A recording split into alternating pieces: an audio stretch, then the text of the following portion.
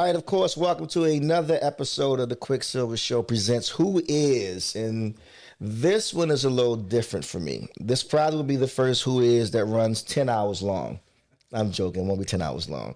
But who is Angie Ange, aka my sister, aka the voice, aka the GOAT, aka your favorite radio personality, aka your favorite DJ's favorite DJ on the low, because you forgot she DJs, aka Miss Howard University, HUU, aka Pretty Girl County's gorgeous own. Prince George's. Let's go. It's getting there. I'm almost there. You're almost there. Keep going. It must be Angie on the mic. It must be Angie on the mic. Listen, QuickSilva, Angie Ange, do the damn thing. Oh man, I vote yes, KYS, because QuickSilva, Angie Ange, we the best.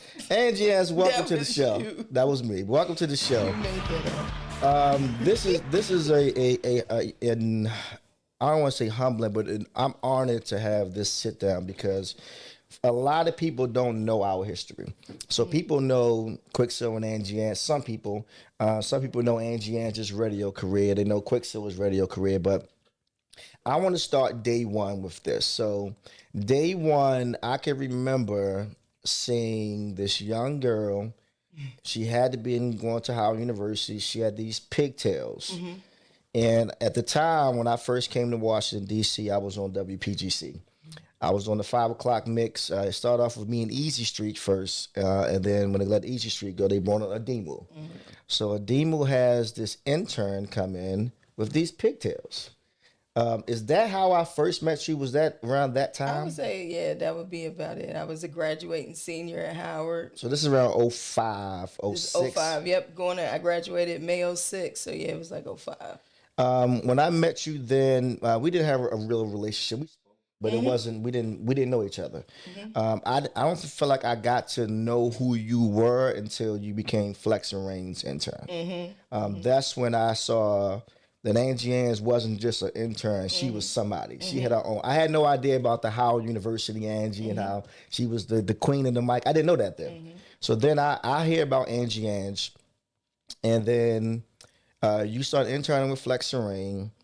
From then, and correct me on my timeline. I'm just trying to get my timeline right. Yep. At that point, I want to say, Reign, did she go on maternity leave or something? She was pregnant. Gotcha. And she had the baby, and then she went on maternity leave, and that was my shot. And that's when Angie Ange was birthed. That's the fact. So here's a crazy part. I don't know if we ever spoke about. And I remember hearing this around the station. So if people don't know, Flex and Reign, the home team, legendary in Washington, D.C. They did amazing things on D.C. Airways. But when Reign went on maternity leave, when Angie started filling in for Reign at the moment, a lot of people were in their feelings. They might didn't tell you. Because, I was green. No, I didn't know what people were saying. Around me, behind me, I was so great. I was so excited to just be... I was just so excited. I was so focused. I was so excited. Right. But looking back on it, I can imagine it probably ruffled feathers. Because you were this, to other people, green intern. Yeah, no experience. And how do you just get on the mic with Flex? Yeah. God. He's God. Right. So that happens. And as you're filling in for Reign, at the time, I was doing 5 o'clock mix, but also was doing Saturdays 6 to 10. So I had my own shift on weekends, and you're filling in for Flex and Reign. And what I had no idea of, at that same time, we both were having secret meetings. You had meetings with Steve or Dion at the time? Steve Hegwood. It was both. Gotcha. Steve and Dion. So how Q&A Invasion came about, for those who don't know, you're having conversations with Steve and Dion. I'm having conversations with Steve Hegwood and Dion Burkett. We had no idea that we were having conversations. No. So fast forward, now they're telling me, quick, we want to steal you from PGC and give you your own night show. And for those who don't know, they were at 93.9 WKYS. They're also telling Angie Ange, hey, we want to steal you from PGC and give you your own night show. Well, it's slightly different. I'm going to alter that a bit. Okay. They were telling me that I would do the show with Two-Face. Oh, wow. Two-Face the Wild Boy was on. And it was great for me because I love Two-Face. Me and him knew each other from the club. Right. And Face had been trying to get me on, like, at Kiss. Face actually he went all out. He would take my resume to Kiss. This one of my heart. I mean, because I really wanted Kiss. I felt like my opportunity would have been with Kiss because PGC was like, everybody was like well seasoned. Everybody was in position. Nobody was. It was stable. Kiss was like, shoot, they had different nights. They had switched out with the Big Lip Band. And it was, I mean, they had so many different people. I think at one point even Steph Lover, Pooch Man and them had come back, or P. Stu at one point. Like, the night show was not stable. And so I thought that was my opportunity. So I didn't even think PGC was in my purview. Gotcha. So I was going after Kiss, and Face was trying to help me with that. Which is crazy. But we could never, their program, like, he could never get me in there. And then PGC, again, it was just a well-oiled machine. Right. Talia Johnson was Jay Stevens' assistant. She got my resume. DJ Dub Wise took my because I was so frustrated. Like, because I kept pushing for Kiss. It's not going nowhere. Dub Wise was like, man, give me your stuff. And he took it to PGC, and Talia called me. I had an interview within, whatever. Talia and I met. We talked. She was like, nah, I'm not going to just put you anywhere. Right. She said, I'm going to put you with our best jock. And that was a Demu. Yeah. So, yeah, for me, I had a relationship with Face. They weren't telling me nothing about you get to have your own show. See, that's the difference. We'll talk about that. The difference between what they talk to men about and how they talk to women about their roles. You know, for me, and I was also young, right? I was just getting started. So I can imagine, it was never like, we're going to give you your own show. It was, Steve literally asked me if you could do the show with somebody, who would it be? And you said Two-Face. No, I said myself. Oh, myself. I wanted to do my own show. I wanted my own show. And he laughed. And he was like, no. Women can't do their own show. Exactly. Not in Washington, D.C. I'm sure that's probably what he didn't say verbatim. That's what he said. Yes, that was our He laughed. He said, no, seriously, if you could do the show, who you going to do it? I said, well, if I had to choose, it'd be me, myself, and I. And he just kind of laughed it off. Ha, ha, ha. Yeah, but, my thought initially was that I would come in and be with Two-Face. Gotcha. That was kind of the plan. So, they never mentioned you. Which is crazy because they never mentioned me even having a co-host. They never. So this is how radio go. They tell everybody. We even got to how radio does that. So now, of course, I'm interviewing with Steve Hegwood, and I'm having these secret meetings with Steve and Dion and me and Sean. So eventually they say, all right, Quick, you're going to come in and do like some air checks behind the scene just to make sure you're ready. And I walk into PGC. I walk into KYS, and I see Angie Ange. And I'm looking at Angie like, hey, Ange, what you doing here? And she looks back at me like, what are you doing here? I said, well, I've been secretly having these meetings to do nights here. And Angie's face was like, really? Really? Yeah, I think you put two and two together faster than me. Well, I didn't. So I'm like, so I didn't say at that moment, I think it's made up. I went back to Dion. I said, are y'all thinking about putting Angie with me? She didn't say yes at first. She's like, we don't know yet. We're trying different people. So somehow, fast forward, they put me and Angie Ange in the production room to do like some fake breaks. And let's be honest with each other. When we did our first fake breaks, we hated it. We hated it because, and I think, I'm going to quote you, you said, this is not going to work. We sound like a fake Flex and Rain. You remember saying that? No. You did. She said. But I could see that because you don't want to try to be, and I think this radio's always been radio's problem is the copycat syndrome. Right. If you're gonna compete against Flex and Rain, like I produced their show. I was tutored. They brought me up. They trained me. Flex, right. Definitely. Flex was my sensei. Rain was my sister. I know their show. I know what they do. I know what they're capable of. And so you can't just copy and paste that or try to do some different version of it and think that it's going to win. So I could maybe have seen that, but I don't recall that verbatim. It's okay. No. And I think that was Steve Hegwood and Dion's plan. They were looking at something because Flex and Rain was such a powerhouse with the home team. We had to be able to compete with them. Yeah. And QuickSilva and Angie Ange, we were young, super hungry, super aggressive. You were on the scene in the clubs and on the colleges. I was super in the scene with the clubs and everything else. So I feel like them putting us together, it made sense. Yes. I didn't see it at first. But then fast forward, Q&A Invasion has started, which is QuickSilva and Angie Ange, weeknight 6 to 10 on 93.9 WKYS. I'm going to go out there on a limb and say I don't think anybody thought that we will be as big as we were. I think when we first started together, some people like this, and we had our own, fan base, whatever you want to call it. But because we were so young and because the home team was so big, it was almost like, they might do a little something. But then you put your talent, which is, I'll argue that Angie is the GOAT, your talent and then my marketing skill set. When you put us together, we really made magic because we came out the gate doing what everybody else was not doing. Not only did we have a great show, but we had flyers out, billboards out. They ended up rapping the Q&A Invasion Magnum, rest in peace to Tony Reds, who I was looking crazy on Southeast. We'll talk about that in a second. But like we came out with guerrilla marketing. Yes. And that guerrilla marketing, and then Angie started stuff like Battle the Bands.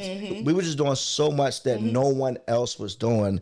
And that's why we can say together, collectively, we end up beating Flex and Ring. I think in that moment, that's when people knew that, shit, this can be serious. Like, they really might have something. But then right when we start winning, my son Antonio was born. My son Antonio was born. And I said to myself, I want to say he might have been one. We did 6 to 10 together, 2 years or 3 years? I can't remember. It was 2 years. 2 years. It was, the contracts were coming out. It was like 2 years and an option. I remember when you told me you were. So I told you first. You told me first. Yeah. So for those who don't know, I told Angie Ange, and this before I talked to Steve and Dion. I said, Angie, I love what we're doing. I love we just got born. I want to spend some more time with him. On top of that, I'm just trying to do other things.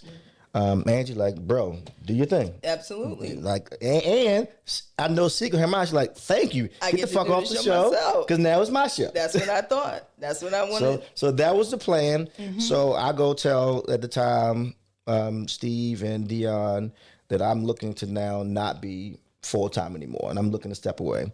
And they say to me, well, we can't leave Angie by herself. I'm like, yes, you can. Like, well, can you just do 1 to 2 days a week or something? So at first they had me doing a couple days a week. And I'm like, this is phony. It doesn't make sense because I know Angie can do the show. But as long as I keep coming back 1 or 2 days a week, they're never going to give Angie a shot. So then I eventually say to Angie, I said, I'm ready to walk away completely. So I tell them, and they like, nah, quick, don't do this. I said, Angie will be fine. Like, I'm telling you, Angie is the show. Like, y'all think I'm this show, and I can say this, put my pride and ego to the side. That show was successful because Angie had the talent, and then they put my name in the marketing to make it seem like it was my show featuring Angie. It was not. This was the Angie Ange show. And I can say this, I'm being honest. Angie was the brains. You were I know radio, but no radio. So I knew that Angie Ange would be fine. But then they started trying you out with a bunch of just random people. I don't even remember all the people they tried you out. I don't even want to talk about it. We ain't got to bring it up. So now they're almost throwing into Angie's face like, you can't do this show by yourself. A woman cannot do a night show by herself. The man got to lead. It has to be the man. Find us a man. It doesn't matter. Any man. So now they trying to. He can have no experience. Put him in there. But if he's a man, he's the lead, Mike. So I'm like, this is. I remember crazy. Saying to them, I said, this is bullshit. Yeah. Like this, I fought for you. I'm like this, and I knew very how hurtful. What was going through your mind at that moment? Oh, I was hurt. But see, there's something to be said about being really young too. Like, when I come into radio, I'm probably like 22, maybe 21, 22 into the business. And I thank God. That's why I thank God every day for DJ Flex, because Flex, Adimu, and Rain, and Michelle Wright over there at PGC, they taught me professionalism, and they prepared me for what I was about to go through when I got to KISS, because it was just a different machine. It's different. It's a different thing. And so I was prepared, but I was so green. I didn't know any better. So you don't really know, and especially as a woman, a lot of times you don't know how to advocate for yourself. You don't know that you can advocate for yourself. You don't know how to advocate because you don't want to be seen as difficult, and you don't want to be seen as whatever, but you feel how you feel. Like, right. I'm still very a vocal person. And so it's like, I'm fighting, but I'm losing. And it was Olivia Fox, actually, who pulled me over. She was at Magic at the time. I remember. Her and Suge. And Olivia Fox was watching this, like, because one of the practice studios was right across from her studio. And she's watching it. And she don't say bringing guy after guy after. I mean, it's just Angie's like, getting ran through. I'm just sitting there behind that board with a rapper, with whoever. It's like trying to find some sort of chemistry, DJs, whatever, right? And I think she could see it on my face. The frustration. Yeah, and so she pulls me over at one point, and I never forget. She's just like, I know what they're doing. I see what they're doing. She said, but you keep going, like you keep doing your thing. Do your thing. Mm-hmm. And that meant a lot because obviously Olivia Fox is the god to me. You know, I love the idea. I mean, that's one of the biggest, achievements in my career is everybody I grew up listening to became a peer, became a friend, became a mentor, I went from fan to friend with a lot of these folks, and they kept me because I did not know how to navigate. I was too young to understand what was happening, why it was happening, and I did not have, I didn't know what was going on, but thank God for Flex, because he had prepared me, and he was guiding me through this as well, because I was, I got a mouth, I wasn't just laying down, taking stuff, so, that could really, again, when they decide to paint you as difficult or paint you as, which happens a lot with especially black women in the industry. Yeah, and you're new. I mean, hell, they could replace you too. You don't want to go along with the plan? You can get replaced too. So it was like trying to balance that was really like tough. So yeah, I was very hurt. Like I was genuinely hurt because to your point, I put our show together. Like you said, I felt like we were equal. I felt like they kept us pretty equal, but we had different, we were at different levels in our careers and we had different things to bring to the table. So obviously, like, you're the more known name because you're already out here DJing. I'm just getting out of college. I'm building a name. So, and you understood marketing and I understood, the aspects, the elements of radio to make us a strong show. So I always felt like we were equal in the sense of the show was the Q&A invasion. Gotcha. But I felt like what you had to offer and what I had to offer, it was different. And that's why it worked too. Because we didn't need to compete. There's no competing. I understood the need for you to lead. I understood those things, right? And then my job, I knew how to put the show together because I had learned that with the home team. So when they did that, again, you knew I could do it. I knew I could do it. But I'm sure when it came across over air, what you heard over the air in terms of what I'm constructing and producing and what we're producing together and even how we're marketing everything, I can understand today how they may not have seen. Again, just me being 23, 24. Question, did you eventually, because I can't remember, just remind me, eventually they allowed you to do the show by yourself? Yes, and I credit... to that point, I'll go back to Michelle Williams after a while. It got to a point, she was our general manager. I think it just got to a point where it's like, well, if the girl can do the show by herself, let her.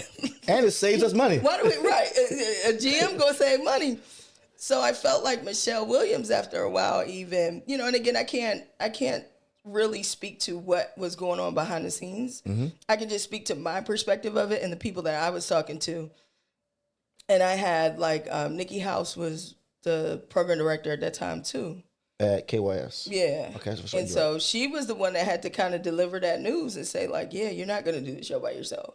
In fact, you're going to do it this way. And then it's funny because now that I'm on the leadership management side, you see how as a leader, as a manager, sometimes you don't agree with the decisions that are being made, but you have to still implement it and execute it. And you're looked at as the bad guy. Exactly. And you have to be the bad guy. Yeah. And so she was the bad guy for me for a long time, just in terms of how that went. But, again, I think after a while, it just became, okay, we keep auditioning. We're not finding another person. Quick's gone.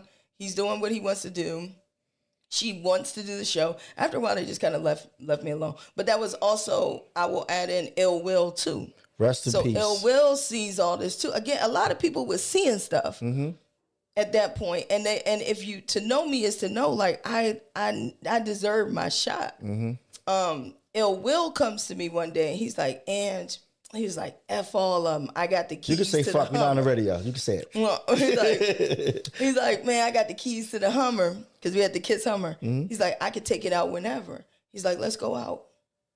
Ill Will start saying, so that's where like redirection is important in life, because sometimes you could get so down on yourself when it's not going the way you want, or when you're not getting it, you're not getting it the way you want. Facts. It was Ill Will. He was my angel, man. He rest in peace.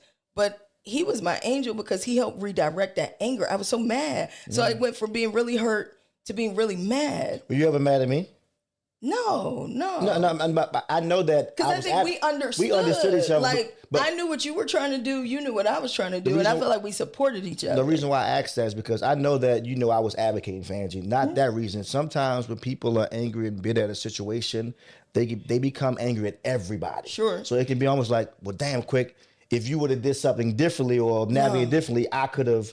I never felt the way about you. I understood. I felt like you, if for nothing more, you and I knew what we were trying to do. Right. And that's what I'm saying. Like, we both, you were trying, because I remember this too. This is when the rise of the DJ Khaled's is happening. So you saw an opportunity. And I just got signed with Pepsi. Right. Like, you had a lane. I was ready to go national. Yeah, you were national. That was the goal. Was like you were saying, like, I want to go national. You can't be national doing a local radio show. Understood. Yep. I want to do this show myself. I want to build my brand personally. I don't want to be attached to someone forever. You understood that. Absolutely. You didn't have no problem with that. Nah.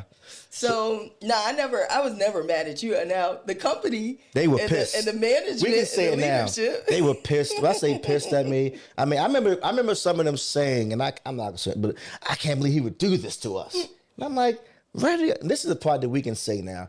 I tell people all the time, you're only as good as your last book and your last rating. Radio doesn't care about you like you think they do. Like, at any given moment, they will replace you. I will say, though, just going back to Q&A Invasion days, some of the moments that stick out in my mind, before I ask you yours, I think of one of the most powerful moments of Q&A Invasion. I would say when Michael Jackson passed away. Yeah. When Michael Jackson passed away, we were live on the air. Yep. And at that moment, we found out he passed right before the show started. We didn't report it yet because we wanted to do our due diligence to make sure it was real. Yep. Once it came back that, okay, Mike's gone, both of us like, damn, who gonna say it? So I feel like I said it. I announced the death on the air, but then we had the idea. Matter of fact, I'm telling you, you had the idea, like, quick, we need to go and be a part of the people. So we need to tell them, let's broadcast outside. And then we end up, Michelle Williams gave it the okay. She got on the radio with us at one point. So we ended up going. Everybody came. Yeah, we ended up going outside the studio in the parking lot, doing our whole show, playing Michael Jackson the whole 4 hours, and had people party. So as I remember, we ended up going outside, broadcasting our show live from the parking lot. Yes. Russ Park comes. Yes. All the staff come. Yep. I have a picture of us. I'm gonna pull it of you outside with the pigtails, standing on. No, I had cut my hair by then. You sure? Yes, I know. I know that picture. I know my pictures. I had by that point. I had like a bob going. Oh, you sure did. You sure did. It was like you sure a bob. did. It was. But you're outside standing on something with the mic. What moment stands out in your mind as one of your most memorable moments of the Q&A Invasion days? I'll piggyback off of that and I'll add, but I remember a woman was there. She came over. I think what's really powerful about that moment was that people were grieving so hard. And they were so hurt by it. My wife Ashley was a wreck. So hurt. Because she's Michael Jackson's biggest fan. Still to this day. Yeah, and it was Kiss, it was Magic, all of it, because they had put the trucks, they brought the trucks out in the parking lot. Kind of, we created kind of like a, what is it? Kind of like a circle or something. Yeah, almost like a cipher. Yeah. But I'll never forget a woman, she came and she gave me this beautiful candle. It was a huge candle. She gave it to me. And I burned that. I mean, I think I burned that thing for months. It was huge, but she gave it, I didn't know her. We didn't have a relationship, but she needed, part of her grieving in that process was sharing something that was special to her with someone like us. And it took me back to, was it Justine Love? That again, a lot of my early days at PGC is really what trained me for how I moved in my whole career. Gotcha. Okay, Justine, she would take me when like people lost their children, like their kids would get shot senselessly and murdered. We would go to their house. Yeah. And we would go and comfort them. And I would just follow her everywhere. She would call me and say, hey, we going here, we going there. And I would follow her to these places. And it was like they welcomed us in like we were family. Yeah, but we were. That radio became that. She told me, she said, I want you to understand the power of what you're doing. And she said, you know, Pete, your audience, they will call you before they call an ambulance. Facts. So you got to know what you're doing. This is not just about fame. Right. It's not just about, PGC did such a great job for me between Justine and Flex and Rain and Ademo and them. They did such a great job of caring about the community, that this was the people first, and that your success is going to be how much you pour into your people and how much you give to them. When they're grieving, you're grieving. Facts. When they feel it, you feel it. So having that as my base is why I think I was very successful in radio, because the people always came first. During the winter, Flex and he would take me and I would go with him and we would get toys and get all this stuff. And then we would go to these folks' house. And I always felt so uncomfortable because I'm like going into these people's house. But Flex would go in there like it was nothing. Yeah. I mean, he go in there, give him love. They take him pictures. And I remember even things like that. Like I thought we would take these pictures and we would sing, or, you know, we would do breaks with the people. And he said, no, don't do that, because he says not everybody wants you to know their situation, you know, or know what they're going through. So we was doing this off the strength. We would go to homeless shelters, and I would go with him and I would see how just that was at the core of who he was. It was at the core of what we did. So to me, it was always like the people. So when that lady gave me that candle, again, I don't even think I was lighting candles at the time, but I took it. But I think the fact that I took it, it meant something to her. Definitely. I promise you, if she's watching this, she'd be like, I remember that moment. Yeah, it was a beautiful. And these are moments that stand out in people's lives, that impact their lives for the rest of their lives. The rest of their lives. Speaking of Q&A Invasion, that's our most memorable moment. Now, the funniest moment, I'm sure we had the same moment. Rest in peace to Tony Reds. We love Tony Reds. MLK Parade. MLK Day Parade. So Tony Reds comes to us, and at that moment, he's driving our Q&A Magnum. Yep. And he says, we're going to do MLK Day Parade. Yep. Now, we thought that this was like an official parade. The parade. Yes. The MLK Day Parade that we all know and love to this day. There's thousands of people marching. We thought it was that. We're excited. So we're excited. We're going to broadcast our show. We're the, not ringmaster, what do they call it? What do they call the lead people in the parade? Not ringmasters. See, you shouldn't have given me that drink. It's okay. It's gonna wreck my brain. Y'all know what I'm talking about.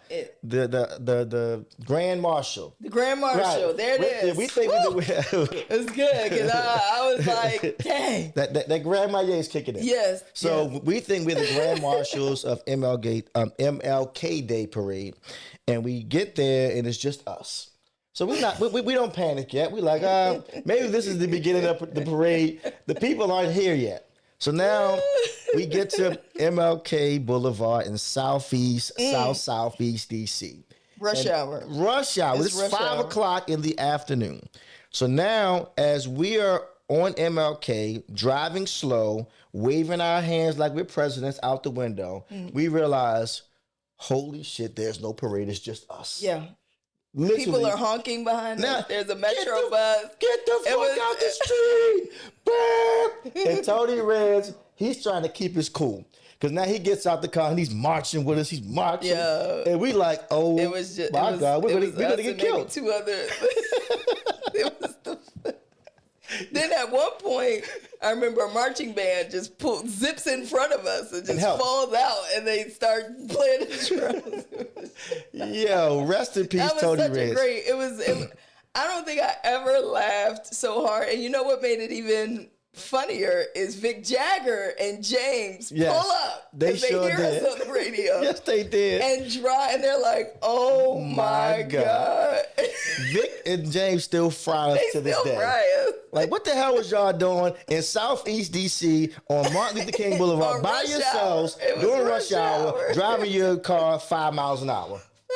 It's not going to end well for y'all. It was people honking at us and Get everything. the fuck out the street. Yo, that was so, I can't even say it was embarrassing because it was just hilarious how, like, that was kind of like, I think, again, part of our partnership and doing the show together was like, it was just, you turn lemons to lemonade. Yeah. And I remember, like, it was, to me, this is like embarrassing, humiliating. Quick's over here like, he's over here playing it. As they're beeping, telling us to leave, they like, woo! I'm like, and I'm just laughing make at sure him you because vote he's so yes. silly. Make sure you vote yes. What a lot of people don't realize about Quick, because he always want to be so cool, he want to be the cool DJ, is like, you're very silly. You're a very silly person. You sound like my wife, Ashley. Yes, you're a very, very silly I'm silly person. around people that I'm comfortable around. So I was like in tears because I'm sitting here holding the Comrex because I still am responsible. We still be live on air, by the way. So while he having fun and doing his thing, I'm sitting here trying to figure out how we gonna get these breaks done. And meanwhile, we have no permit. Nothing. We have nothing, and we are. But we got through it, and we went through, and we did the full route all the way to down the end, and then there was kind of like a end party type of thing. Man, if you just tuned in, which of course this is Who is Angie Ange? Yeah. So we're talking Q&A Invasion days. We're talking PGC days. How we both got our start into Washington D.C. Correct my timeline. So make sure I get my timelines right. So after PGC. Q&A Invasion starts around 2007 because Ashley was pregnant. So I'm going to tell you when we started. We started, Antonio was born in November. So we started, I want to say, August or September of 2007 because I took off when Antonio was born for the first week. After that, Angie Ange finally gets her own show. Quick decides he's going to come back to radio, and then they put me with Russ Parr. I don't remember. I was DJing on Russ Parr's show. As I was DJing on Russ Parr's show every day, you were still doing nights at the time. After nights at KYS, where did you end up after nights? Afternoons. So I did the nights. Nights I did 7 years total. Gotcha. And then I moved to afternoon drive. And you were one of the first black females to have afternoon drive in Washington, D.C. In this market, yes. So, come on, give her a round of applause. Don't say it like this is not the humble podcast. Talk your shit. Yeah, it ain't the record. The record is the record. But a lot of people didn't know that. No, they didn't because, and that's what made, I was starting to get older. So at that point, again, when I started, I'm like 23. Now I'm going on 30. And I wanted to grow with my audience. And I remember being at Fridays one day, and the waitress, she says, Angie Ange, you came to my prom. Because that was what I was known for. That was our go-go proms. Like, I had all that on lock. Like, one thing I give you a lot of credit for in terms of what starting off with the Q&A invasion, right? Because, like, again, remember, Stephen and Masby, I wanted to do a show by myself forever, but I didn't understand marketing. I didn't really know. I had an idea. So to your point about like pigtails, things like that, like I knew how I wanted to have a signature look. I used It Must Be Angie on the mic. I was using that at Howard when I was doing radio at Howard. And that came from like Angie Martinez and Ladies Night because I so admired Angie Martinez when I was growing up. So like a lot of people went after Wendy Williams and Oprah. Those were kind of I feel like every girl who wanted to be in broadcast, you wanted to be like Oprah, you wanted to be Wendy Williams. And I loved those women as well. But for me, it was Angie Martinez because she was the only example I had of a woman in a day part. So for people who don't understand, your mornings and your afternoons, those are the prime day parts. In DC, mornings and afternoons were heavily male dominated. So that's Easy Street, that's Adimu, that's Tigger, that's Russ Parr, that's Donnie Simpson. You tell me a woman. You're right. Not in those times. At best, we could say Miss H, but that was when Miss H was starting her company. So part of that was necessity, right? She owns her company. She's trying to get it up and running. But outside of a Miss H, if we're talking hip hop black station, DC. Tell me the woman-led morning show. It was always the woman gets the midday, the 10 to 2 shift. That's like the female shift. Yeah, you had your Jeannies and your Michelle Wrights, but I didn't really fit that mold. Like, my voice is not that beautiful, you know. It's got its own beauty, but it ain't that beauty. I don't mean to pause you, but just while you were talking about Angie Martinez, a lot of people don't know it's quick. That's Angie Martinez. Yeah. Some people at one point thought it was you. You know that. Really? Yeah. He was like, I thought it was Angie Ange. I said, no, that's Angie Martinez. It's the party kingpin. QuickSilva. I do that one. That's your drop. I do that one. But it's quick. That's Angie Martinez. I got that drop back in 2002 at X105. I was gonna say you must have acquired that a long time. Yeah. But I mean, I loved Angie Martinez because she was the example I had. And again, I would listen to her show online in New York. And she was the example I had of like a woman who was in a prime time slot, but she was cool with everybody. And so I kind of emulated that, was like, okay, who's DC's homegirl? Yeah. Like, I felt like Angie Martinez was kind of the epitome of New York's homegirl. Facts. And so people were comfortable. Like, people knew they could come on her show.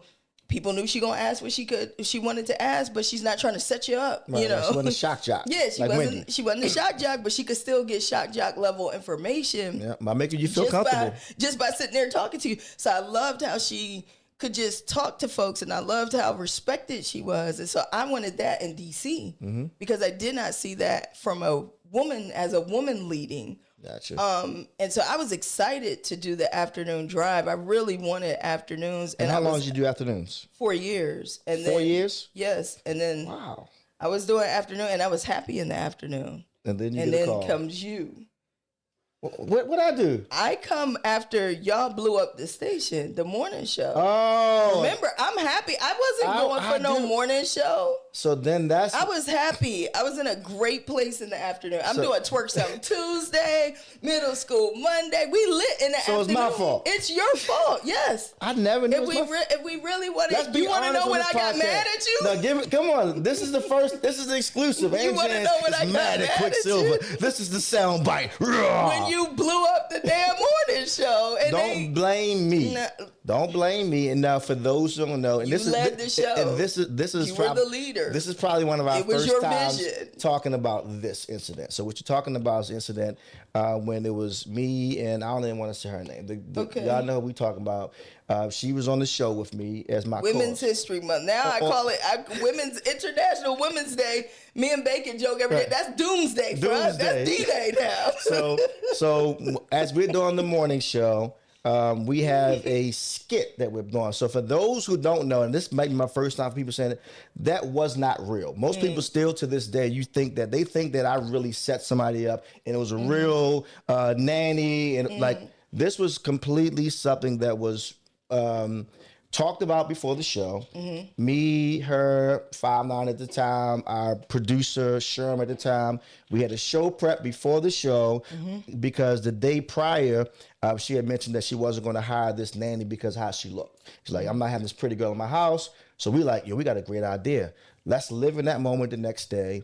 Let's bring on an actress. So we had this girl that would call on the show, but she was actually an actress. And she spoke about this after the fact, and nobody ever watched it. But she had said, Sherm called her. So, can you do us a favor? Can you come to the station and act like you the nanny? She's like, all right, sure. So she comes to the station. We do our first break, and it was like, look, you're going to act like you're the nanny that didn't get hired, and you have to be mad at her, and we're going to make this a whole radio bit. That was the plan. That was the plan. So after the first break goes, she's being real nice, and she's like, I can't believe you wouldn't hire me, so we're going to commercial. And the co-host at the time, I remember her saying, like, you got to go in. Like, it's not believable. You got to go in. You got to, we got to sell this. The listeners have to think that this is real. So then the next break comes, and that's the one that goes viral.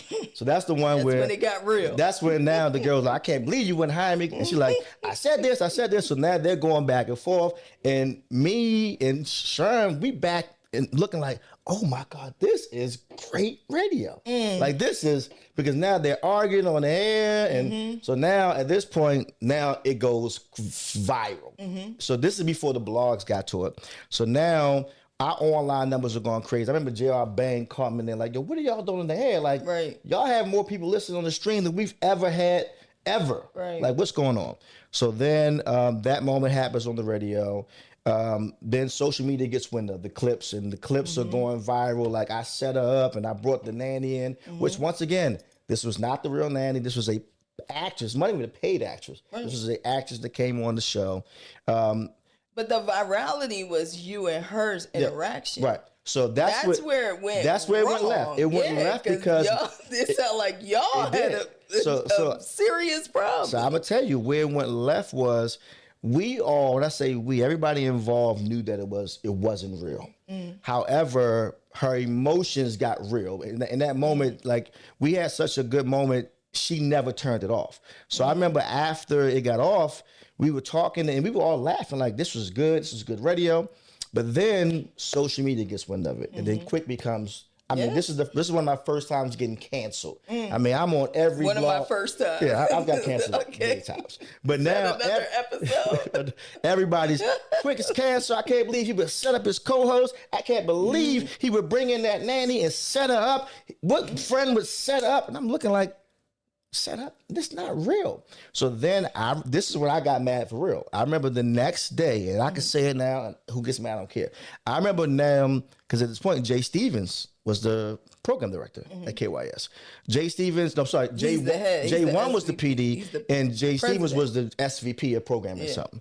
So we have a meeting the next day. This is after it goes viral. After it goes viral and everything's going crazy, we have a meeting with me, her, Jay Stevens, J1, and that's 5'9" might have been in it.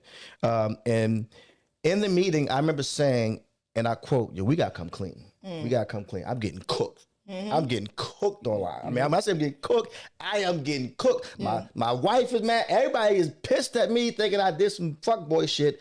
Can we please come on the air tomorrow and tell everybody this was fake?" The exact words were, and I quote, "We cannot pull the curtains back when things get rough because people know that this moment is fake. It kills the credibility of the show."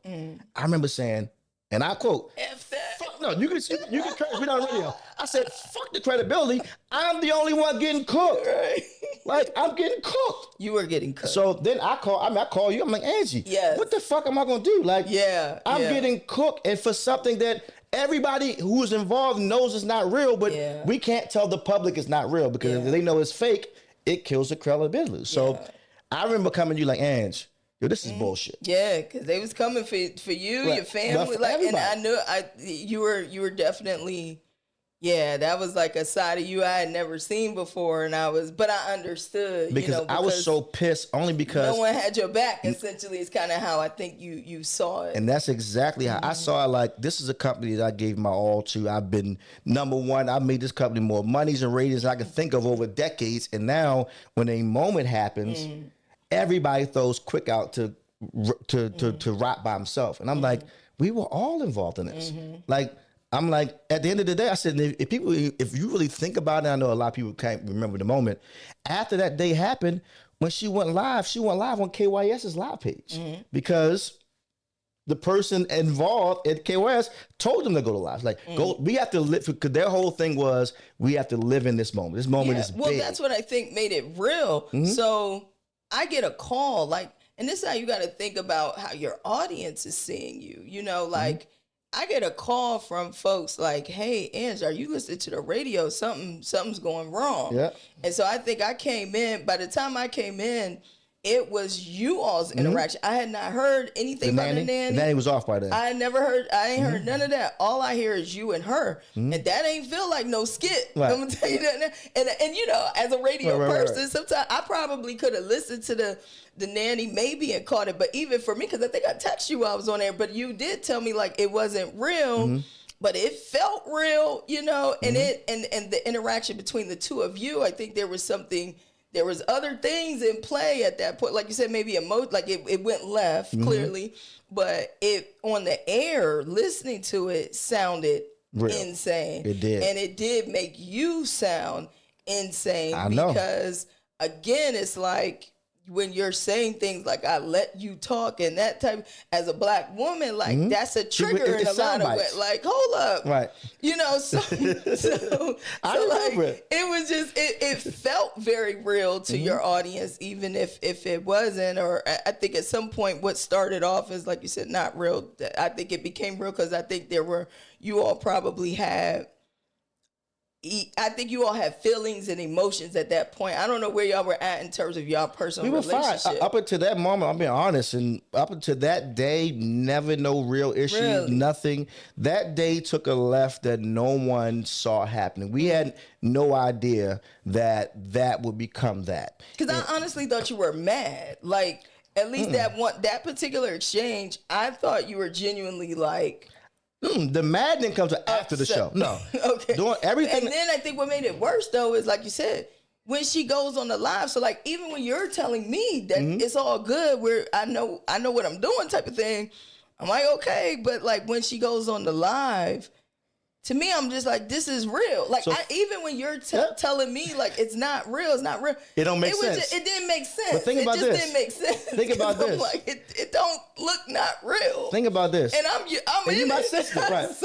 But think about this. It's a and when I say this, you be like, I didn't think about that, because once again, we were all so into the moment. It's a reason why she didn't go live from her page. She went live from the station page. She didn't have a station's login. Someone logged her into the KYS page to tell her, we have to live in this moment. Because at that point, she quit on there. She quit on the air, quit on the live.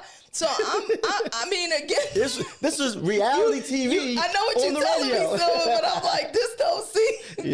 This don't seem like we're playing. I don't think we're playing anymore. That's why so for those who don't know, this fast forward before we get back to 3-7 you come mornings. That's why I ended up quitting. So I never got fired. I quit because I remember saying to them, like, if y'all aren't going to allow us to let people know it's fake, I'm never going to be able to unlive this moment. Because you have people still to this day that's probably watching right now that still don't believe me. Absolutely. Which is fine. I mean, it is what it is. I've moved on. Life has not stopped at all.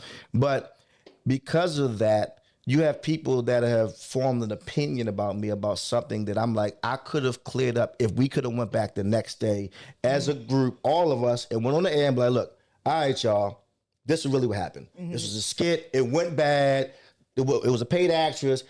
We never got a chance to do that because remember the next day, I love her engagement. My mates comes from there, and she's killing me. This is before she didn't know at the moment. Everybody thought it was real. On there, sir. It was Women's History, 5 a.m. and y'all play We Are Family. I'm up at 5 a.m. and this is what I mean. It's like, man, y'all don't be knowing y'all fallout falls on women. Yep. You know, it falls on women. And at the end of the day, regardless, like, you were the lead of that show. Facts. So, like, it's going to fall on you. What you did. It was for all intents and purposes, because prior to that was what you and Mo. So, like, it's your show. So, you know, I think that's one of the hardest things about being a woman in a lot of spaces is you deal with men's fallout all the time. It falls. So when men do these things, yes, you're getting fried, but then it's the women's job to clean it up all the time, and that just gets. It gets tired. You're starting to see women saying, like, I'm tired, boss. Like, because it's always, here's the broom, you know, look at Kamala, it's always like you are the cleanup crew, but you're never the one but ain't nobody, when it comes to let's lead something, you're not even in the conversation. But when it all falls down, let's you're call the Angie. First one. I'm the first one. Angie's the first call. Call Angie. Call Angie. Call all the other women of KISS. We're gonna come and we're gonna rally around her and we're gonna bring flowers. Yeah, it was. We Are Family. I had no idea. Like you said, I don't think anybody expected it to go the way it did. But you know, even when I was in that, and then I'm listening to everything because I'm running the board. A lot of people don't understand. When you're the I'm calling you, texting you're hitting me, Ash hitting me. Like, this is bullshit. Yeah, like so I got y'all, but I also am in there trying to, like, do room control. Miss H was like, she said, there should be no man in the room. And I think J.R. Bang came in at one point. She was like, I think he may have whispered. I think he whispered some shit. And she was like, is there a man in there? Because Miss H isn't in there. She on the phone. She was like, is there a man in there? I was like, No, man, no. And I said, JR, get your ass out of here. But we all get fired. Get your ass back to the all women. This is a women's empowerment moment. Miss H did not want a man. Boy, if you had any sort of male parts, you better not be in that studio. And y'all kept playing, "We Are Family." I got all my sisters in me. Keep in mind, "We Are Family" is not in the system. So I'm playing that off YouTube, my bro. Yo, I'm playing that off YouTube. I got tears in my eyes. It is what Lil Bacon Bear she will never let me live that down, because it was so surreal for everybody. Mm-hmm. And I did feel like, after a while, like, I wasn't going to let everybody just keep ragging on you like that either. And I was like, what we not about to do, even regardless of what had happened and how it happened, fine. But I do know you as a man. I know you as a person. I know you. Mm-hmm. And so, regardless of how I felt about that situation, I know you enough to know that, like, you are a good man, at your core. Thank you. You know what I mean? You are a good man. And so what we're not about to do is act like this is character.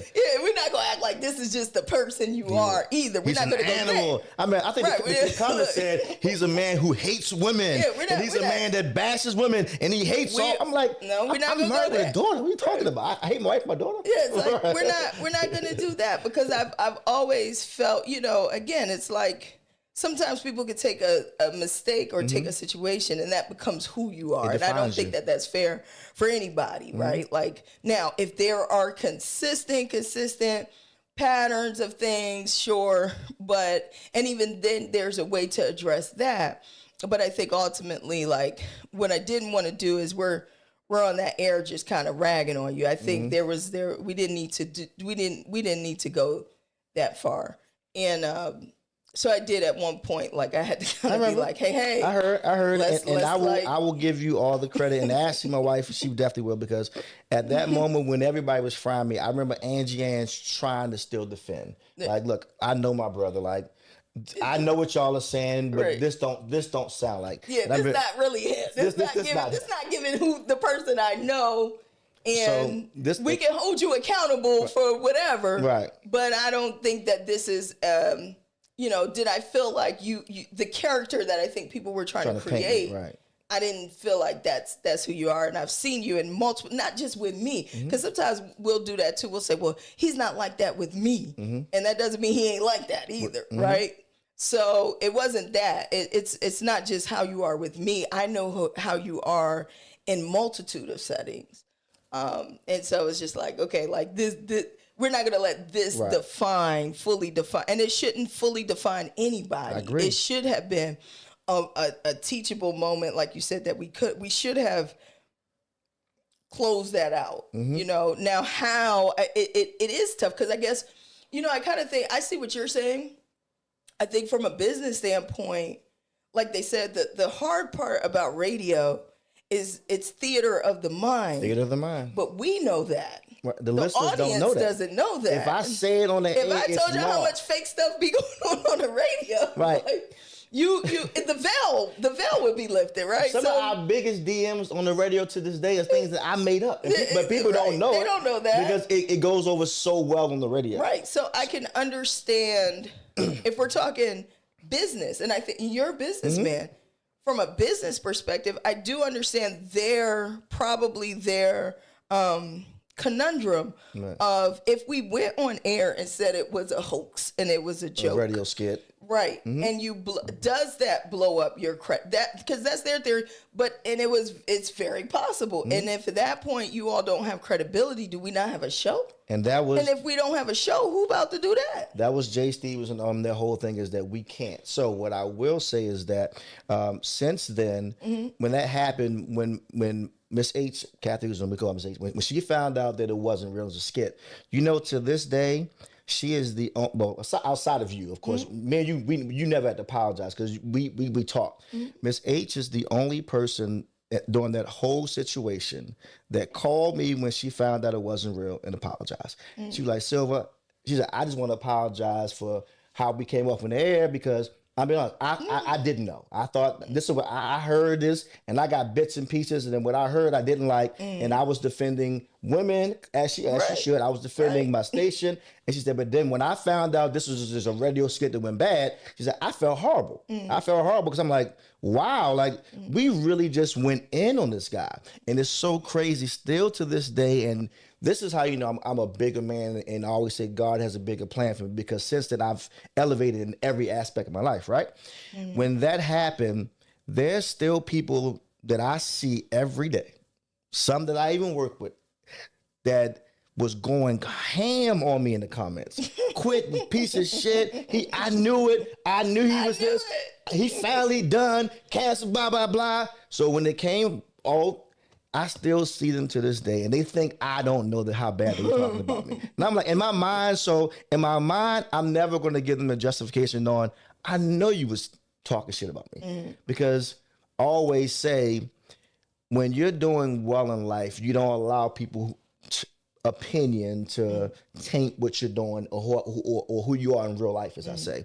So I'm glad that moment didn't define me, because once again, a lot of people lost their jobs during that moment. And in that moment, back to where we are, you end up then having to leave 3 to 7 and come take over the morning show on KYS. Yes. And at that moment, were you on by yourself then? That's what I can't remember.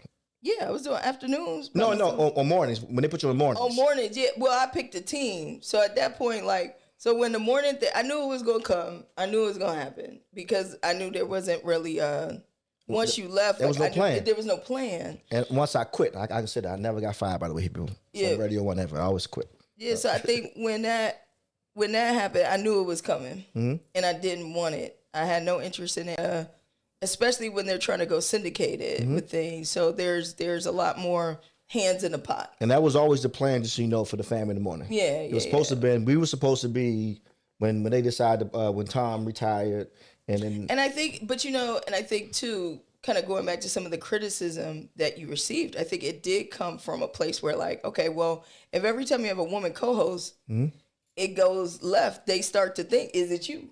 Right? Because you have Mo, then you got her. So me and Mo never went left, though. Me and Danny went left. Me and Mo, and I always say, but we talking optics, right. So I can say this now. What happened, but there's what people are seeing. I can say this now because you stay, the woman goes. Right, but I can say this now because we've all spoken to before. What happened with me and Mo was a lot of stuff internally going on with her life. Like she was going through, a lot of stuff, and then you can read. She spoke about it on her own. I don't want to speak about somebody else. Sure. But because of life and merge and other stuff, she wasn't in the headspace to do mornings. Like she had moved to Philly. Like she literally was driving from Philly every day to do the morning. So like when they found that out, they already was like, this doesn't make sense. So I don't want people to think that something bad happened with us. Sure. Now the other girl, they call it the nanny gate. Yeah. The nanny gate happened with us. But again, I think but the optics of it. Quick stays. The optics of it is that you stay and these women keep changing. Well, is it how many more times is it we gonna keep saying it's the woman's fault? And so that's where I think some of that narrative also builds for you. And that's something that you have to be aware of. Is yes, there's what's really happening, but again, we're theater of the mind, and so it's understanding your audience and how sometimes things can come off, and then trying to figure out what do I do to make them see who I am, and a lot of that is centered around consistency, which I think you're very good at, and which is like hard work, dedication, consistency. So like I think you part of how you've been able to overcome some of that. And move on from those things is that you get back to hard work, consistency, dedication, like, and people resonate with those things too, whether it's in your physical, how you take care of your body, how you take care of your family, your goals in your life. And I think people are inspired by those things because I think at the end of the day, and this goes back to your marketing genius too, is how to, you kind of redirected people back to, here's my core. So I know what y'all saying, and I know what the internet is saying. I know what the internet is saying. They fried, they doing this, but let me get back to hard work, dedication, consistency. And I think by doing that, it allows your core to say, okay, it's okay. It kind of helps them to kind of, because people you lose, you're going to lose. Or they were never there to begin with, and right? That's always people who don't like you, there's nothing you can do to get them back sometimes. Yeah. Like you have to just learn to live and move on. Right. Some of it's going to be what it's going to be, but I think you had a core, and I think what was smart that you did in that time after everything kind of, did what it was going to do, I think you went right back to that core. I went right back to the core of who you are. You don't remember this, and I'm giving you some exclusives right now because now the interview is turning on me. Yes, this is what Angie's good at. But I remember the day me and Sean Caesar, who's my partner for the last 30 plus years, we're great at making sure we control our own narrative. We're never going to allow another company to control. So the day we quit. And I'm saying we as being Sean, the day we quit, I announced that I was partnering with DTLR Radio to really launch DTLR Radio National. So I came out with a whole press release. I had a picture with me, Sean, and Scott, who was the big boss at DTLR at the time. So we announced that, and now I'm going full-fledged with my DTLR Radio. Then, of course, I just opened up my club downtown at the moment. So everything was about, Quick is quitting radio to focus on his brand of building his nightclub, building his businesses, building his own radio show. So at that point, you become mornings, and now I'm done radio. Like I really was done radio. And At that point. I mean, you've been done with radio multiple times. I've quit radio 10 times, and somehow they keep bringing me back somehow, some way. Y'all just can't fully. Y'all just can't cut the cord. So when I quit that time, as I'm now building DTLR Radio, which we see what DTLR Radio has become. Yes, right? amazing. As I'm helping to build that from the ground up. And now we're hiring jocks, we're hiring program directors, we're hiring all this. I get a cease and desist. This is an exclusive that no one I've never spoke about. I get a cease and desist letter from Radio One telling me that I can't do DTLR Radio is a conflict of interest because they try to word it like from radio at that time it was a non-compete. At a non-compete, and they tried to say that because DTLR Radio was bleeding into it, and I came back.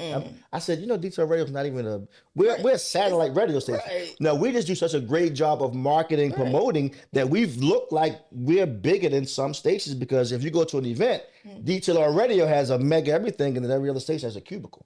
So because we were spending so much more money than everybody else, the perception was DTLR Radio was a real full-fledged radio station.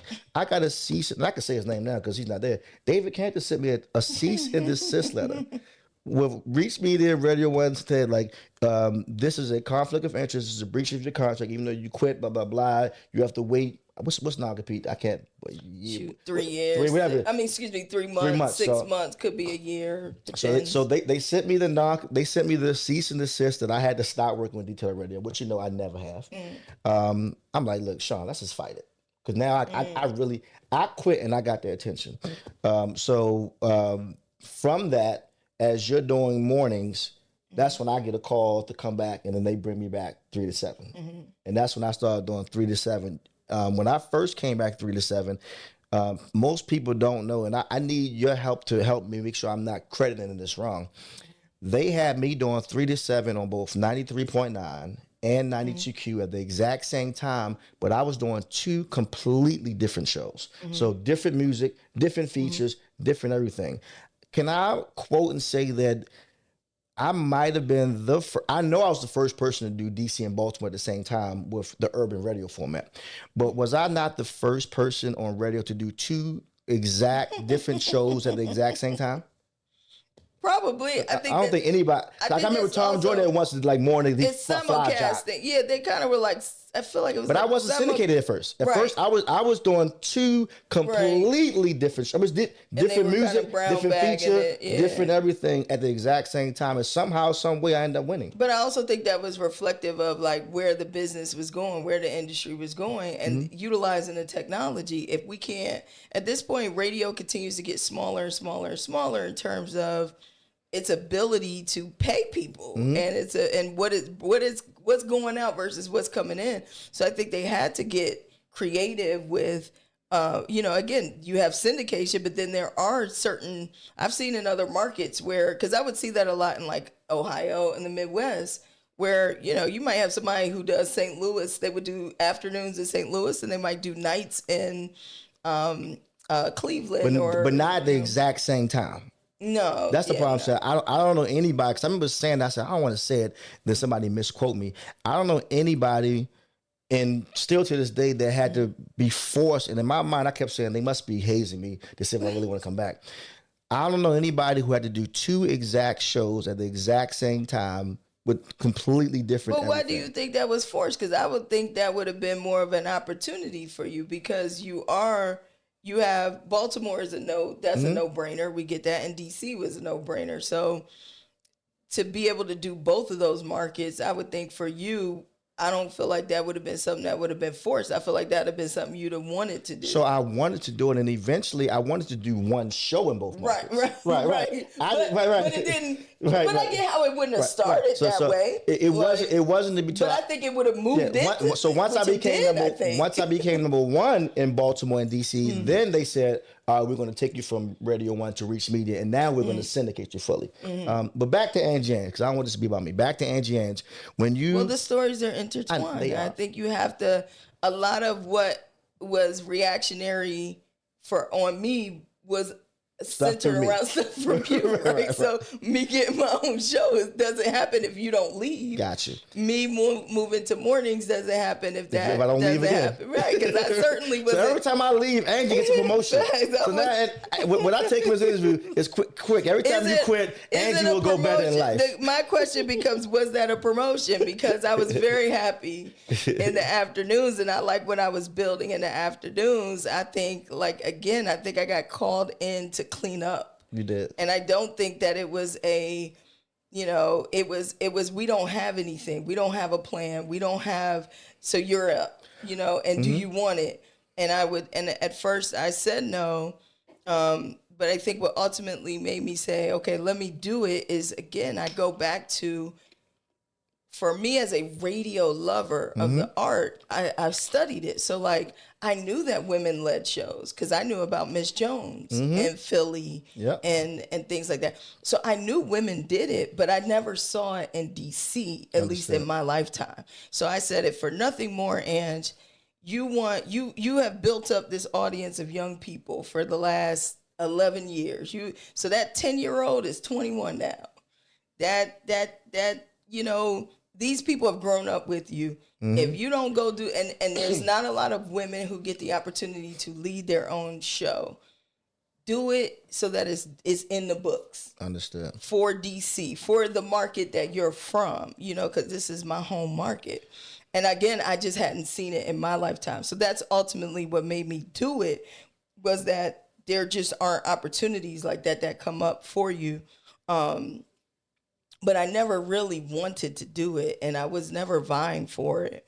But I did it, again, going back to your audience. This is bigger than who you're serving, because that young person, or even that young adult, or even that adult is now going to hear, the person they grew up with, getting this type of opportunity. And one thing I appreciate about my audience and the listeners is they've always been very supportive of anything I do, even post radio. A lot of times as a radio talent, you get caught up on being a talent, or you think that your value is on this radio. Yeah. And it's no, the value is the impact you've had on people. So all them Sweet 16s I went to, them proms, them graduations, those summer camps, those, all the put your schools on the map, all the stuff we did on the radio, all the programming, all the interacting, you were building a relationship with so many people.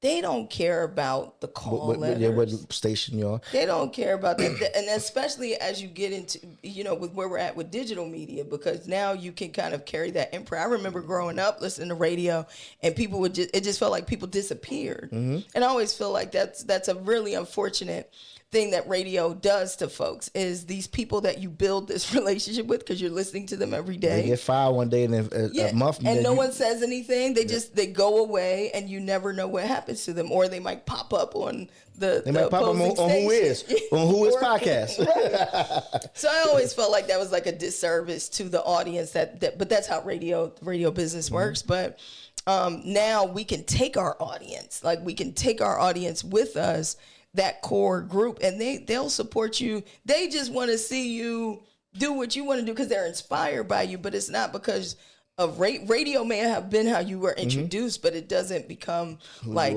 it's my value. That's a blessing that I've realized that, and I learned that is like my value is not in radio, because otherwise I'd have kept chasing another radio job. So as we talk on radio, and I don't want to stay on radio for too much long because we got so much more, and I feel like we've been talking for 10 hours already. So after you do morning show in DC, eventually, how did you end up with the syndicated Morning Hustle? How did that call happen? Yeah, because again, they had to come up with a plan. It became it's the same thing where it's like things happen and there's no plan, so we just doing anything. So you went from having your own morning show in DC to straight to morning. So I have Angie Ange in the morning. That was one of my stipulations because I was like, we're gonna put this woman's name on here. Fact, as you should. As I should. And again, I did what I could do. Again, it was like they literally, you had a matter of weeks, so I didn't really get to think through what is my show going to be. So it kind of became, okay, well, let me pick people that I'm most comfortable with. That's when I pulled DJ Money. Money was, of course, Money, he always jet setting. He's with Wale all the time. Money literally stopped what he was doing to come help me do this show. That's dope. And I love him for that for life, because Money is not a morning person either, right? I'm not a morning person. Okay. Hint. Money is not mornings, but he did that for me, because like I was in a bind, to go with it.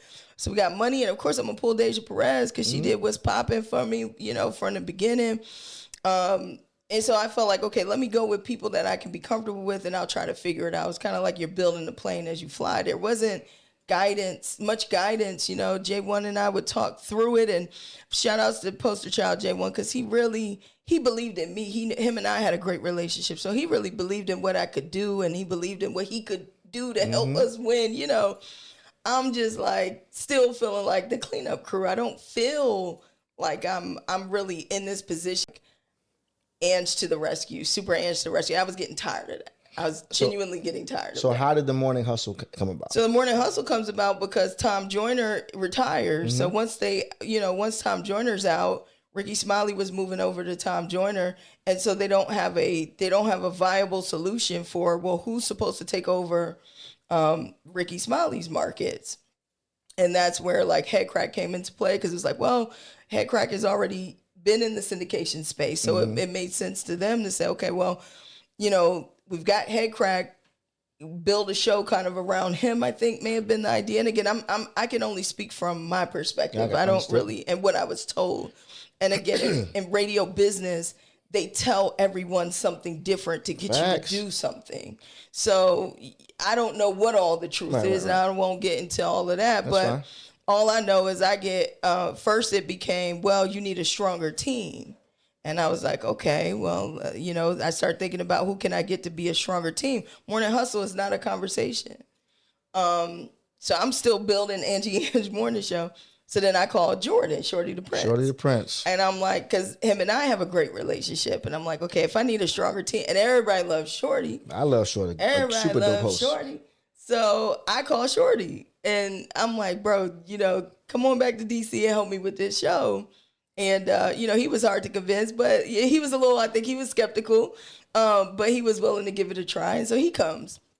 And I'm thinking, okay, I have this stronger person, which is really tough because, again, what does that mean for Money? What does that mean for Perez? What does that mean for, even Shay Parker, because we had her on there too. But they want me to get somebody stronger. So that's when I get Shorty. And again, I'm still thinking this is for the Angie Ange Morning Show. And I remember I think it was Shorty that was kind of alluding to like, not being a part of like a Rush Par in the morning. A lot of people didn't want to be on that in that type of, because we were moving away from that. We're moving away from the Ricky Smiley show or the Rush Par. I think the next generation Breakfast Club show let the company own a show and put whoever they want on it. I think that's kind of where we were headed. So yeah, I bring Jordan on. I'm thinking this should make them happy or give me some more time. And next thing I know, I get, we got a girl, L'Oreal. We're going to try her. And I'm like, okay, cool. So then they bring this girl, L'Oreal, in. And I love L'Oreal immediately. It was one of the things. She came in And I didn't even know she was doing an audition, really. I think they just kind of let me know she would come in and sit on the show for a little bit. I didn't know who she was. I didn't know her in the podcast space and what she had done. But, like, she comes in and her and I just clicked. You know, the way Jordan and I clicked, the way, like, we all just kind of clicked. And we went to Expectations, which is now Miss Toya's. Shout outs to Miss Toya. Bang, bang, bang. Man, we go over to Expectations at the time after, and she giving us shots. And L'Oreal was just fun. She was a good time. Good time. And I liked her a lot. But again, I don't know what they're trying to do, and they're not being transparent about it. So I'm just kind of going with the flow, because what you learn is, you know, when I was younger, I was more hurt by stuff like that. When I'm older, I understand, like, the business of what I'm doing, you know? So you just kind of, you know how to play the roles and how to keep it professional.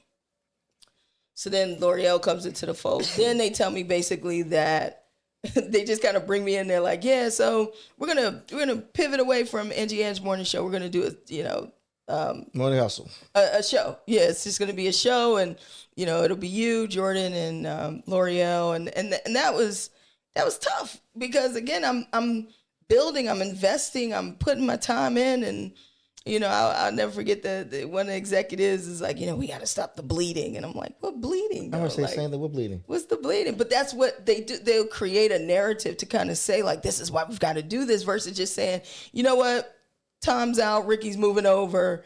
We don't have a plan. This is what we're thinking. No one in power will ever admit they don't have a plan. No. When most times they don't have a plan, they're winging it like everybody else. Right. So they're not going to tell you they're winging it, but they're going to try to tell you that, you know, this is all bad and they've got to fix it, you know, and it's like, okay.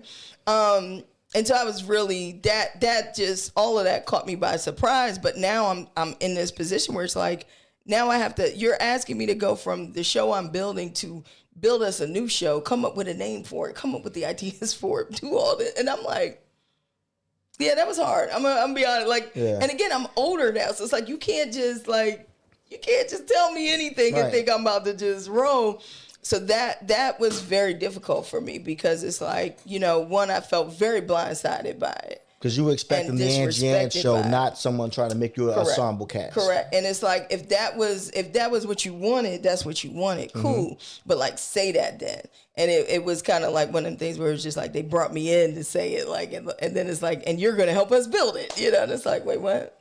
And if you don't like it, you know, have fun. Yeah. So you're given like more of an ultimatum, not really like there wasn't a lot of dialogue.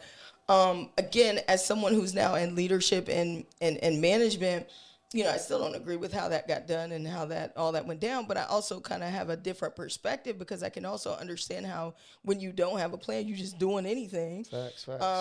You know, and then there's a sense of urgency that comes out of nowhere. I can also understand how you can't always say everything, and then how Headcrack got into it. Like, I really didn't see that coming. Right.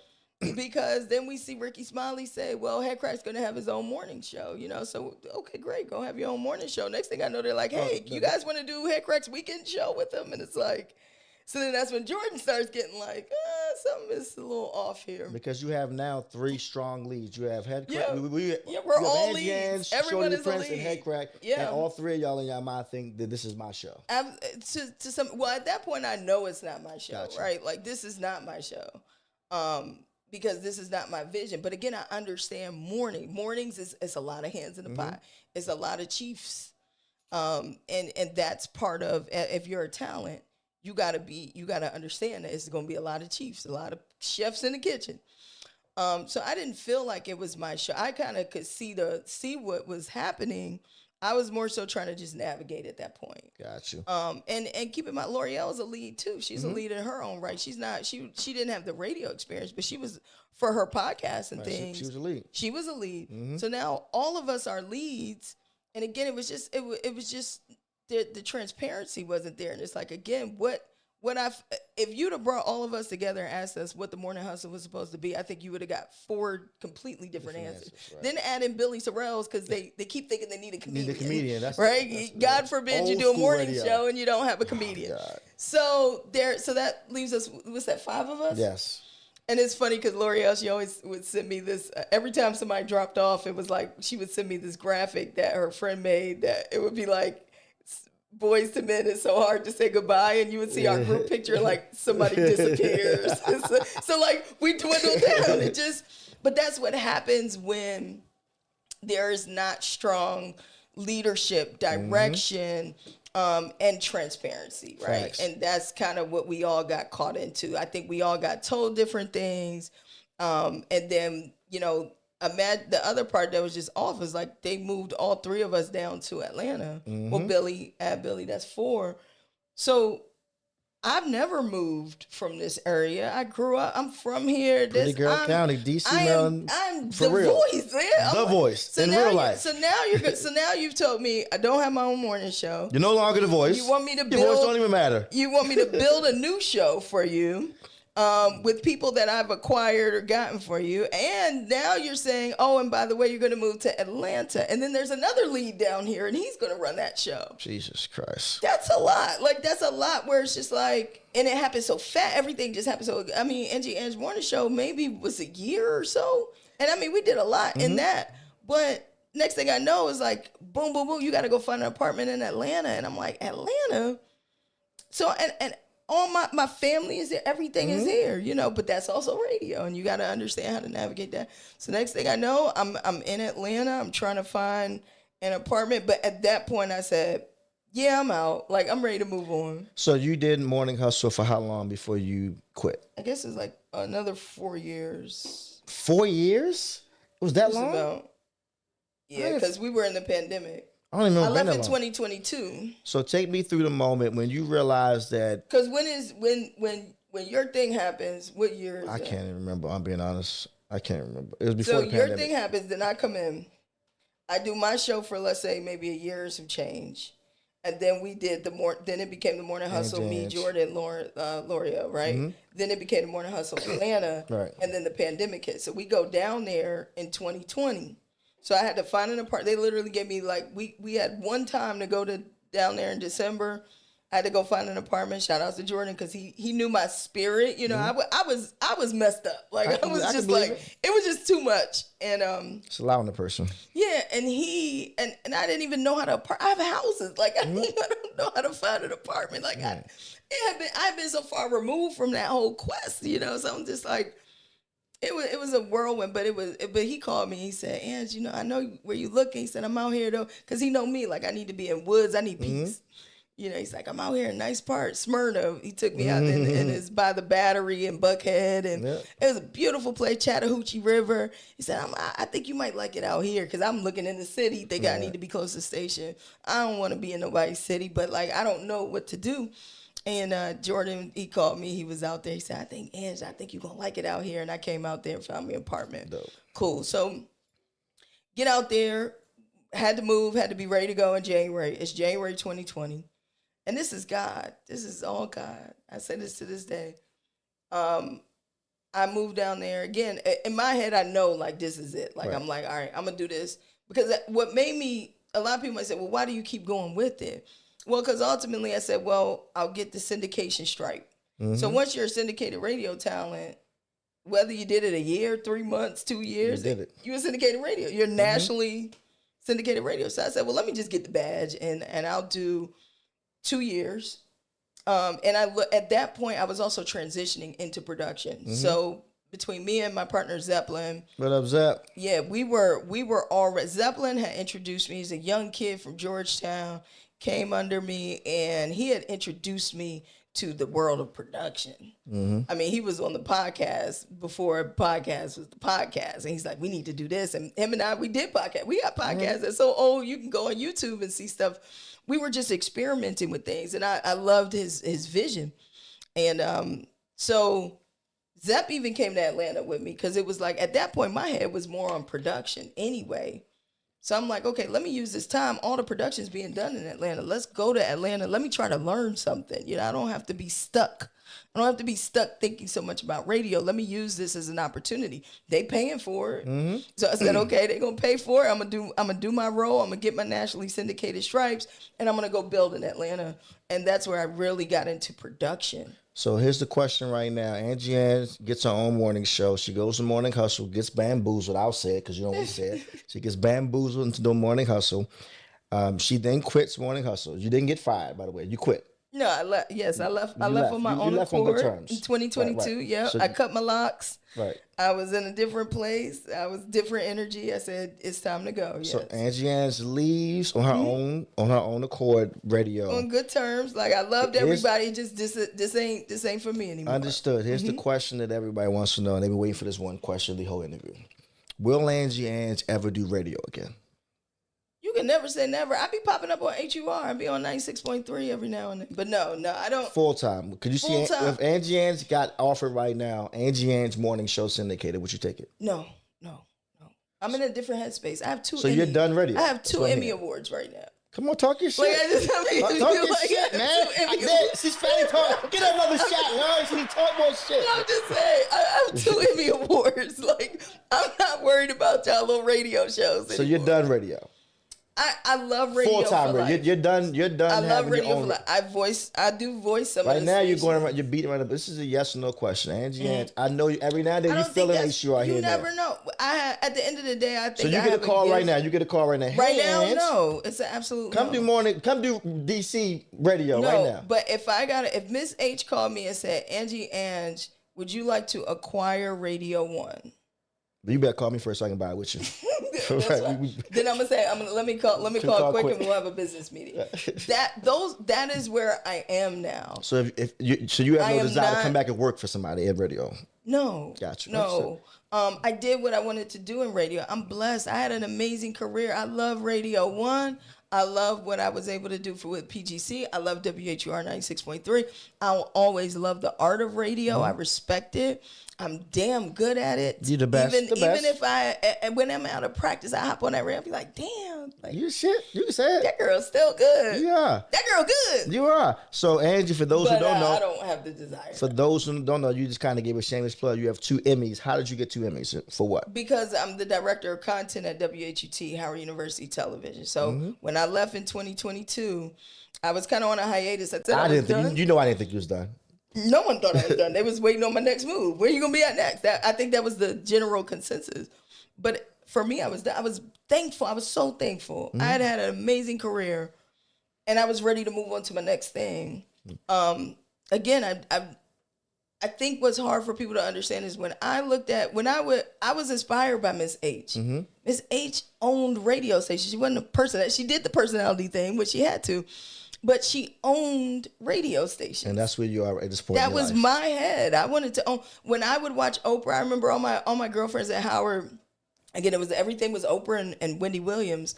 But they saw the fame and they saw that. You know what I would do when I would watch Oprah's show? I would wait for the credits to roll and I would see Harpo Studios at the end. And that's when I lit up. Not because she was famous, not because she had all these ratings. Those are byproducts of what we do as talent. And I think by nature, I could do the talent thing. I just had that in me. But my excitement was like, I would think when I would watch Oprah's show, I'd be like, dang, she owns the chairs. She owns the cameras. She's hiring the producers. And I'm thinking this in high school. Right. I'm in high school, like, Harpo Studios. Facts. I didn't want to be Oprah Winfrey. I wanted to be Harpo Studios, but people don't know that. All right, so we got the answer. Angie Ange has no desire at the moment to come back full-time in radio. No, but I'm thankful that I have acquired a skill set and I have great relationships with folks where if I ever wanted to do it, the doors are open. And like I said, I'll hop on, like I do HUR 96.3, like during Howard Homecoming, I'll pop on there every now and then. Shout out to Al Payne, APZ. Yes, so, in fact, but now he's my partner because he's a program director, and essentially what he does for radio is what I do for television now. So I'm like the head of programming at WHUT, Howard University Television. It is the only HBCU with a PBS license. Nice. So we have a huge opportunity to bring Black programming of all kinds to the PBS space, where we know that PBS doesn't typically have a lot of black programming, but we got all these amazing black minds and black people that come to Howard's campus every day. We've been able to like create programming out of there, and I get to do a lot of local storytelling. So, you know, my 2 Emmys are for a series I created called Decades, which was a digital first series where we wanted to do a series of shorts that were focused on different folks in people, places, and events in the DC metropolitan area, or specific to DC. And so we highlighted those places like Georgia Brown's, which is no longer with us, but Georgia Brown's, the restaurant, Prince and Princess, which is a retail store over in Georgetown, Northwest. You know, highlighted folks. Well, the one that we got an actual Emmy for was centered around Antonio Yo Jones. And Antonio Yo Jones ran with Rayful and crew, and it was a redemptive story, right? Because this is a guy who was in the streets by choice. Okay, he in the streets by choice. He made some decisions, ends up in prison for a very, very long time. But you see how that impacted his family. Yeah. And when you see what that does to a person and to the people that they love, right, for some of the decisions they make in life, it was a story about how he changed his life. He's very well respected in the streets, in prison. Then he came out and, you know, he's steering young people into a different direction.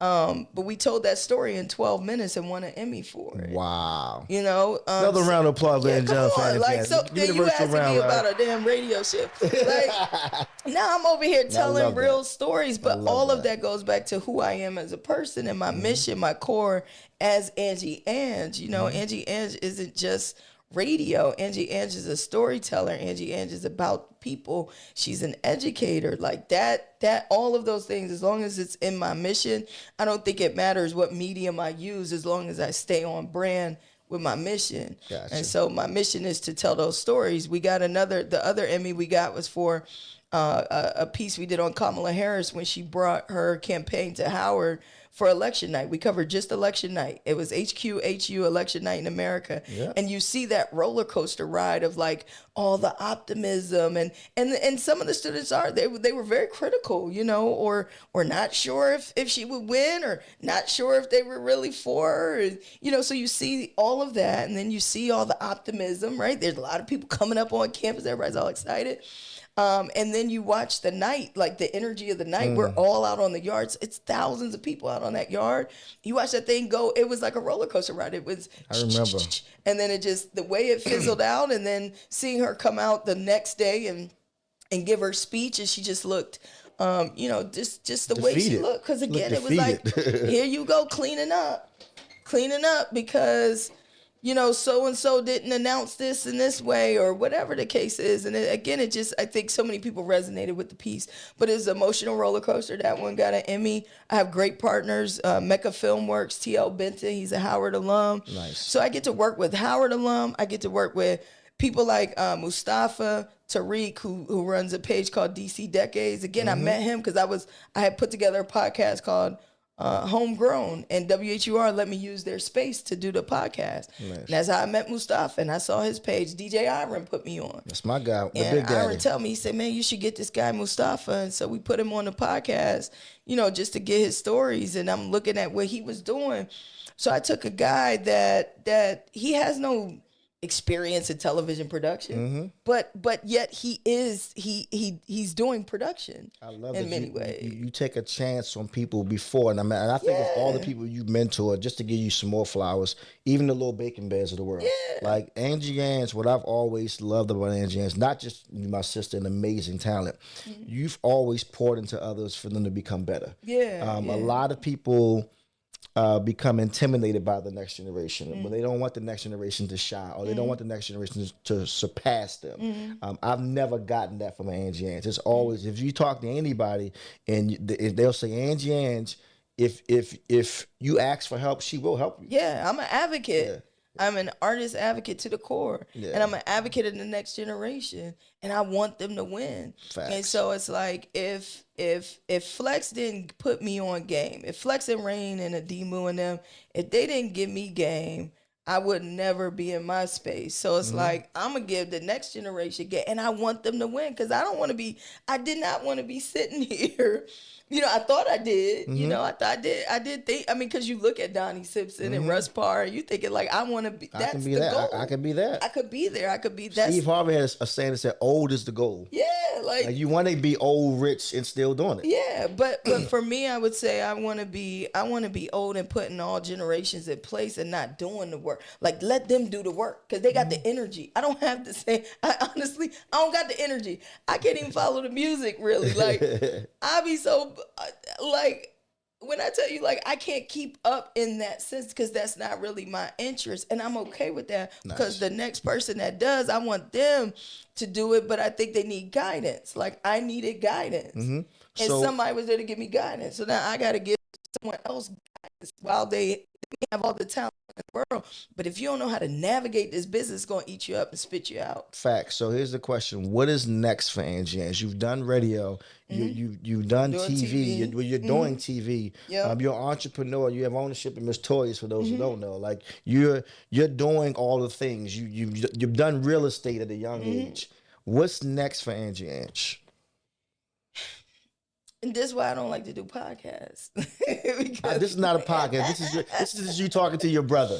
I get the exclusives. Where I'm at right now is part of why I went to WHUT. I really wanted to understand leadership and management, because it's easy to criticize your managers and your leaders. Like I said, with all that we talked about, it's easy to criticize the things that they did and how they did it. But if you don't understand it, if you never had to be the one to do it and make the decisions, and make decisions quickly, good, bad, or otherwise, and then make those adjustments after that. Like, I needed to learn that. I wanted to see that. And I feel like I've gotten that from WHUT, in addition to being able to continue to be creative. With that said, my focus has always kind of been building up my business acumen.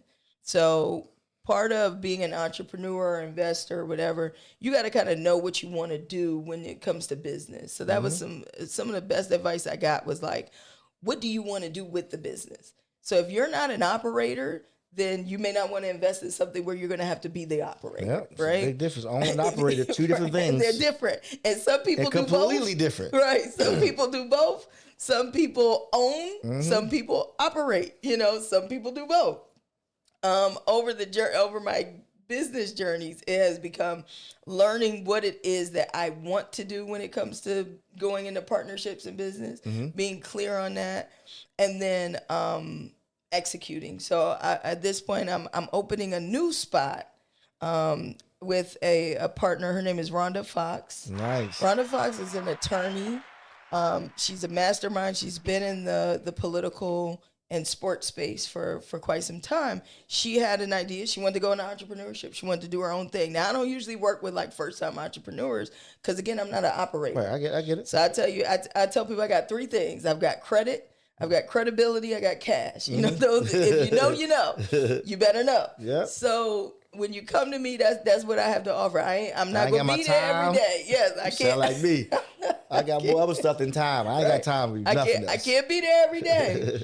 But I can certainly lend cash, credit, and credibility, right? So, Omi Bell, she calls me and she says, "Hey, this young lady has this concept. I think it's in alignment with you, and it resonates with you. You should hear her out." And so she pitched to me Civic on 8th. And it's in the heart of Capitol Hill. It's prime real estate, prime location. This is my first time hearing this, by the way, people. This is your first time hearing it because it's been in process. It's not open yet. It's about to be, though. I'm very excited about this because she pitched the idea. It's a beverage concept and a gathering space. So it's coffee by day, cocktails by night, but it's Black woman owned, Black woman invested, and the building itself is owned by a Black family that wanted to allow Black entrepreneurs to come in and do so. So it was a restaurant previously. The restaurant group had left, and she had a vision for it. And so we painted it over, and The coffee machines are in. Nice. Beverages are there, and we'll use it as a safe space for people, especially when you think about Capitol Hill and what's happening politically. A lot of people don't feel like they have a safe space if they're not on a certain side. So it's just coffee and cocktails, or is it food and everything else? There's food, small bites, but it's not a restaurant. Gotcha. Miss Toya's, of course, that's a whole different story. That's a restaurant. Miss Toya's in Silver Spring. Yes, Miss Toya's Silver Spring. And Norfolk Shopping Center. Yes, shout out to my partner, Jeff Mascari on that one. That was just a great opportunity. And to see what's crazy is I used to go to Expectations all the time. We used to go to Expectations. Yeah, that was our spot. And for now it to be Miss Toya's and to see what that has done, I'm very grateful for it. But I've always kind of been, again, going back to being an advocate for people. I'm the cheerleader. You are. It just so happens I'm very good with my money because my aunt and my dad and them and their financial advisors. So I was able to put myself into positions where when I did need to transition out of something, I could, because I did right by my money. I was a good steward of my money ever since, no matter whether I was making a little bit of money or a lot of money. I was always a good steward of the money. And when you're a good steward of your money, it's not, my aunt would always tell me, she would say, it's not what you make, it's what you keep. I always say it's not how much you make, it's how you spend the money. So same thing. Yep. What are you keeping? So you could brag about all that you got and all that you have and all that you're bringing in. But if you're bringing in $300,000 and you're spending $400,000, you're actually negative, right? Or you could be bringing in $300,000, $400,000, $500,000. You got all this nice stuff, but if you're not managing it properly, what do you really have? One of my best quotes is, "Making money is easy if you know how to hustle. Keeping money is hard. Keeping it is hard. Keeping money. A lot of people used to have money. Yeah, a lot of people. I used to have money back in the day. They broke now. Yeah, I mean, because when I ain't had no money, I'm driving my dad's Volvo. Then I got a little money. I felt like, buy a Bentley. Yeah, because Quick over here with a Bentley. There you literally. So no, I wasn't there. But I'll give me a Lexus. So I can't drive my Toyota Camry next to your Bentley. No, I get it. So now I done got my Lexus.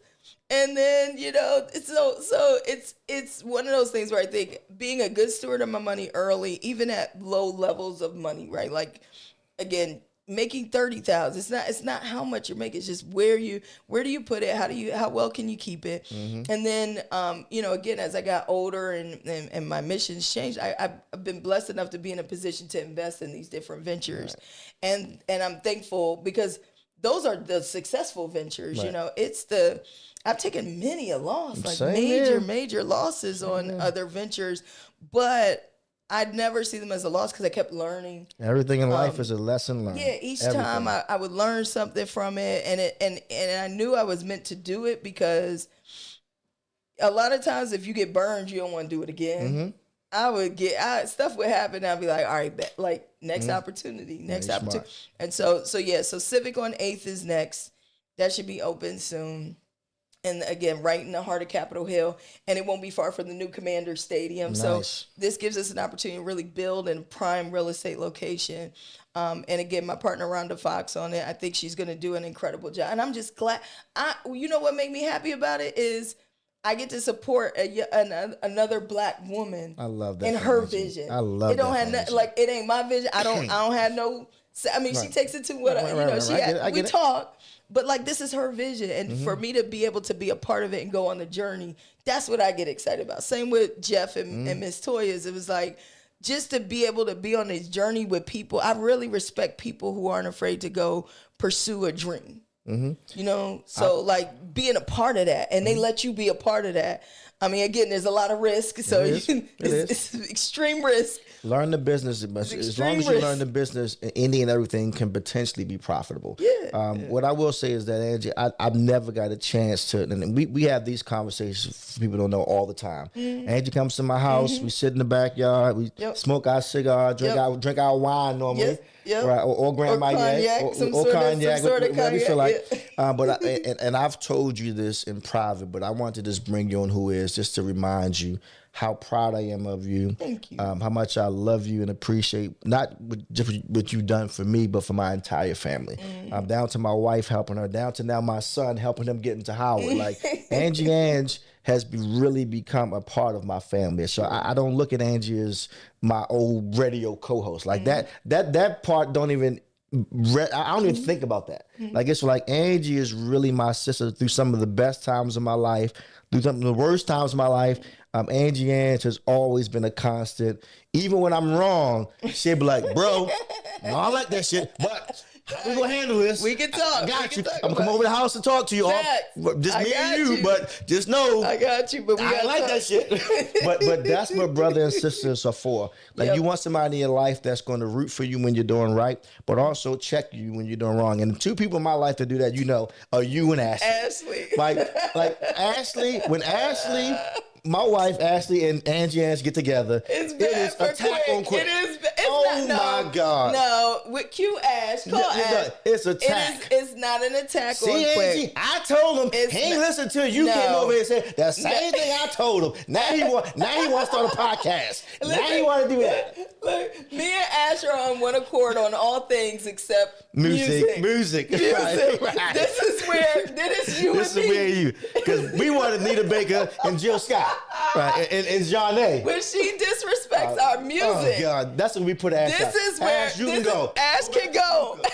We out here with cigars. You go get your hookah. We got cigars out here. Nah, Angie, I love you. Yes, we are on one accord on pretty much everything except music. But I was gonna say, I love you as well. I love you, and you. keep up the great work. And I gotta say this, like, I'm always there for Angie Ange. If Angie Ange needs me for anything, whether it's just conversation. College is cool. You done showed up, talked to my students. But like, I don't even do like a lot of things that we've done for each other. The public don't even know because we don't do it for the reason of saying, "Hey, Ange, I did this," or "Quick, I did this." We just do it for each other because that's who we are. Because we love each other and we believe in each other. So this was my opportunity, not just to have Angie Ange tell her story, but to really give Angie the flowers she deserves. I deemed you the voice a long time ago, and I will stand on business. There's nobody. And there's been other great hosts and radios and stuff out of D.C. area. Angie Ange is the GOAT. And if you want to argue, get in the comments and argue amongst yourselves because we're not going to reply. There it is. It was a Ange, good time. We love you. Another episode of Who Is right here on the QuickSilva Show. Can I give you your flowers, though? You can. I just want to give you your flowers because I think, again, you were exactly what I needed when I first started because I really did not know so much. And I would not have gone the extra mile. One of the things you showed me that I think I now embody today is action. Quick, you were such an action person where it was like, what we gotta do, and it didn't. And then when they say they didn't have it, you go get it every time. It was always like, and it was like, we didn't worry about what they say they don't have. We didn't get mad about it. We did, and I just kind of followed. I literally followed your lead. That's why I said, like, I think we were always a great team because we contributed to what we were doing differently. But what I always just what I feel I've gotten from you, what I learned from you, what I studied from you, was that the idea of like take immediate action. Don't wait. If you got an idea, go for it. Where a lot of times we ponder a lot. We sit and we're thinking, we've got all the ideas in the world, but we don't execute. You're like an immediate executor. And then next thing I know, I'm doing video shoots or we're taking pictures or we're wrapping cars, or even when I did my first Battle of the Bands for College is Cool. I didn't have any sponsorship or anything. You immediately, it was, okay, call C's, DTLR. DTLR was the sponsor, and we're going to do this, we're going to do that. Skate parties, anything we could dream up. It was like immediate action. Let's do it today. Yeah. We didn't wait. We didn't keep talking about it. Next thing I know, you got the flyer. You're sending me the flyer like, hey, let's go. Post it now, Ange. It's up. Here we go. We're ready. And I'm like, quick, we just talked about this 5 minutes ago and the fly's already done. And that wasn't me. Like, I was not that type of, I took action, but not like you. And so I feel like it's interesting because that is a very important characteristic to have or piece to have, especially when you're in leadership and you're in business, is you got to be able to make quick decisions, especially what I do with TV and all the stuff I'm doing now. I got to be able to make a decision, but I also have to be able to like act on it. Let's not wait. Why are we still talking about it? I'm glad you said that, but I know we got to wrap it up. But you know how I operate, and I feel like you said this before when I was interviewing you for my documentary. As you learned from it and celebrated it, some other people are offended by it because when you have the people that are in place, when me and Ange would go and ask for something and they say no, and I'd be like, cool, Ange. Yep. Let's go do it ourselves. hey, Ange, and we were like, hey, such and such, we want to do battle of bands. Oh, there's no budget for it. And we be like, all right, cool. And then 2 days later, they see us. They're like, we're doing it. We told them no. Yeah. I never accept no. Ever. And for some people, they're used to being, like I always say, and me and Sean and Ash talk about this, like, I've never been a good employee. I know that. Like, I'm not, it's not a real word. Like, I'm unemployable. Meaning that, like, if I want to do something, I'm going to do it no matter what. Because I'm going to put my own money into it, my own time, my own vision. So anytime I've been told no, I still did it every time. For some people, it's like they're used to being able to control your life because they can control you by money or they can control you by saying I'm a fire or whatever. With people like me, and back to what you were saying, is that I've never been good at someone telling me if I know something can work, even if I don't. Even man, the producer of Who Is Podcast, Larry, shout out to Larry, man, it was just talking to me before you came here. He said because he had the vision of starting this for a while, for a while now. Yeah. And me and Larry literally talked one day. And the next day we started filming Who Is. Like not a week. I said, Larry, I got an idea. We were sitting there talking just about something else. Yep. I said, yo, I got this podcast and I just did J Hill podcast. I'm like, you know what? Y'all been talking about this for a while. Let's start. He's like, when I said, I'm coming tomorrow. Yeah. I made a call right then. Called DJ Booby. I said, Booby, can you come in tomorrow? And we just got started. We didn't know what we were doing. We didn't know how to curate the mic, any of that stuff. So every episode has gotten better. We've learned how to adjust angles. But back to what I was saying to Larry is that most people in business never win because they just don't get started. They look for, I need everything to be perfect in the beginning. And then if it's not perfect, I'm not going to start. Then a year goes by, you're still talking about starting your podcast. Yeah. When Quick now is 50 episodes in. I record 3-4 episodes every week now. But that's because back to what you're saying, that's just how I operate. I'm a dog eats dog. I'm going to get it done no matter what person. So I'm glad I inspired you the same way you inspired me. And I want to say once again, Angie Ange, I love you. Yeah. And we locked in for life and then some. Absolutely. And you made it easy to follow too. Like I never felt like you was dragging me along or anything like that. Like I think you were very clear in vision and it was like, this is what we doing. And all I had to do was just show up because I'm a moody person, like Quick got away. It don't matter what's going on in his life. If he show up, he's in full character. Me, I might show up if I ain't had a coffee or if I'm not in the mood. I'm not in the mood. Yeah. But you show up. Like you show up, you're action oriented. And to your point, like I've never been afraid to like reach out and just be like, to get your opinion or to get help with something. And there's just never been a time where you haven't just shown up. And that means a lot. I think you have been through a lot in your life, and so family means so much to you. And I've seen that and learning and knowing your journey, and then seeing your family and I also know that can be a lot. And so it's like, it can be a lot. It is a lot. Yeah. Where's your off, and you sit and you and I talked about this idea of feeling like you're always in character after a while. But sometimes you need a place or a person where you take the character off. And I feel like that's what you and I are able to give, in the backyard. In the backyard. Smoking cigars. When my dog died, you literally was like, come over. Yep. And I didn't even know you did that. And this is like, because I want people to know, again, you're always giving us the party kingpin. But like, I take that off for a second. But when my dog... You ain't trying to make me cry, are you? No. Jesus. This is real. My dog died and you just said, come over. You didn't say what. You know how much that dog meant to me. I know it meant a lot to you. I know you were very emotional. 13 years, I was in a bad place. He said, you just said, come over. And I come over and him and Ash had the spread, dog. Like we had crab legs. We had all kinds, too much food to name. There was food, drink, music. Mm-hmm.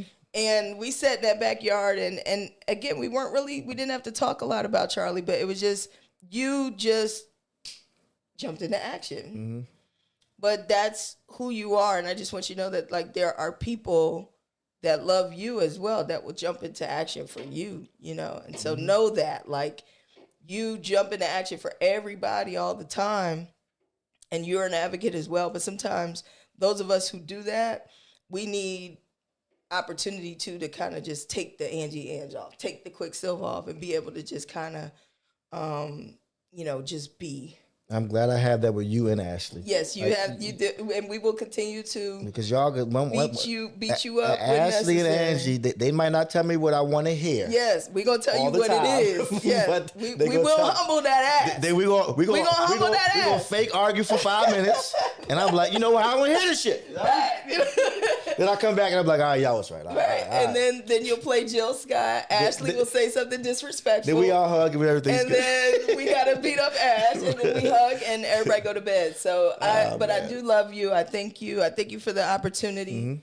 Mm-hmm. I'm not really doing interviews and podcasts. People that I love and respect, but it's mainly just because right now my head is down. Like you said, you're thinking about kind of what your next is, but I'm also really into what I'm doing right now. And so I don't have a lot. I have a lot to say, but like I don't really want to put. I just kind of want to stay focused right now in terms Thanks of where for the exclusive. So you got the exclusive, but anything for you. But yeah, I just want to say to all the other podcasters that have reached out, again, people I love, respect. Mm-hmm. I know that they have amazing podcasts. But yeah, it's never anything personal. It's just more like, right now, I'm working. Mm-hmm. I'm working. And people are going to take it personal, but guess what? That's not, I always say, that's not a me problem. That's a you problem. They know my heart. I'm going to circle back. We're going to circle back at some point. But thank you for this. This is really nice. I love this setup. We need another toast, man. Well, I drunk all my stuff. We'll get you another one in the cigar after this, man. Once again, we back every single week, every Friday. A new episode drops at noon. Who is QuickSilva Show? We out. Angie Ange, we love you.